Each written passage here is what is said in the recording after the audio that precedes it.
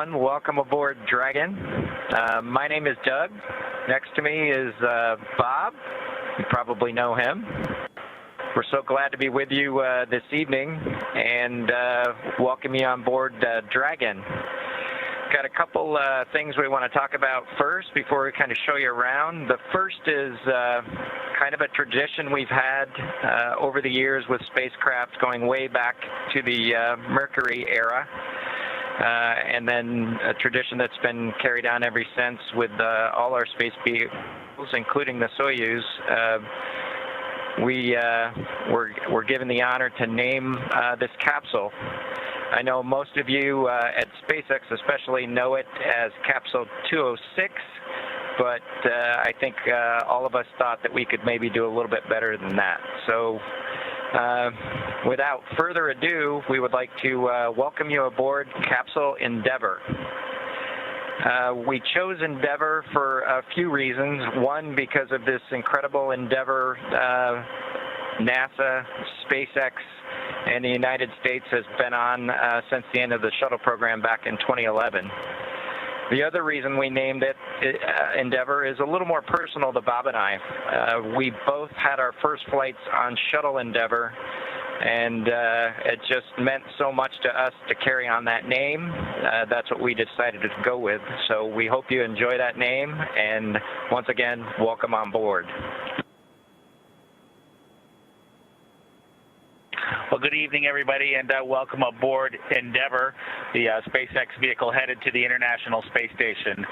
Today, we accomplished the first flight off the Florida coast in quite some time, and Doug and I were really proud to have an opportunity to be a part of that. We're doing it in a brand new spaceship, a spaceship that's a lot different than its namesake Endeavour, the space shuttle, in that it has touch display screens that allow us to accomplish most of the interfacing requirements that we have. We'll have if Doug pans over and points at the display in front of me, you can see the forward view that we had during the maneuvers that we most recently did. You can look out the window. It looks like the centerline camera doesn't have a lot of content on it now. We're kind of pointed into space so that the windows can see the Earth below us. But we've got the capability to interface with the vehicle, and it's kind of interesting. There's a command. This little button over here is actually what the commands are for our displays. One thing that does get lost is there is a extensive button panel down below as well. So over on this side, we can turn the displays on and off, as well as send some commands for some contingency situations. On the other side, we have the ability to deploy chutes and things like that on entry. So we do have some buttons, but the primary interface is these displays. So nice, new, modern cockpit that we've got for our compared to our namesake, the Space Shuttle Endeavour. I'm going to migrate a little bit away from our seats here, and Doug from his seat is going to continue to try to follow me so you can tell what can be seen from the seat that he sits in. So from his seat, when he is inside in the vehicle, strapped in, this is what his view actually looks like. You can see a window off to the one side. We each have a window that we can view out and see what's going on outside.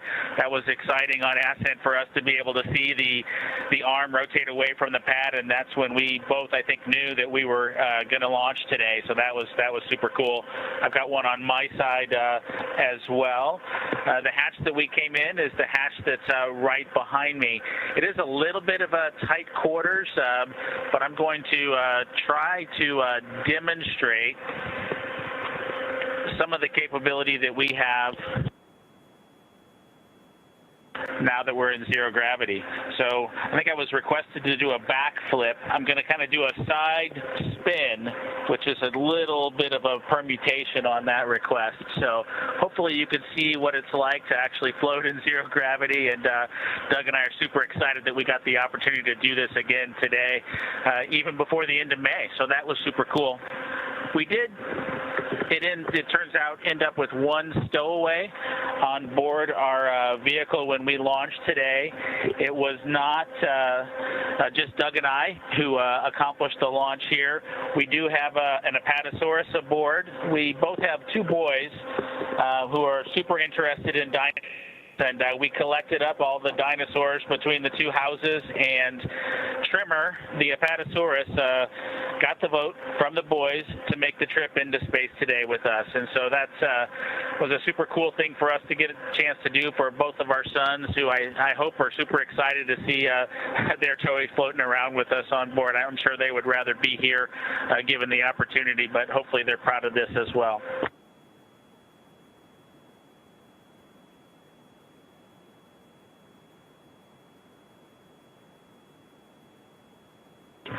Okay, as we work our way towards one of the windows, unfortunately it's getting a little bit dark, but I don't know if Bob can pan over here. We just passed off of the coast of Newfoundland and we're headed over to over the Atlantic right now.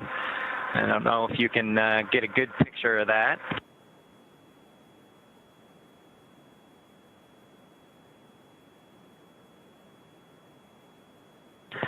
Anyway, hopefully you enjoy that view as we pass over the Atlantic, and I think with that we will work ourselves back into the seats and wrap things up for this evening.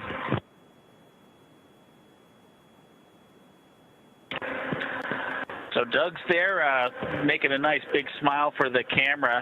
I hope you enjoyed the trip today with us on board the Dragon capsule Endeavor with our friend Trimmer, the Apatosaurus, and Doug and I.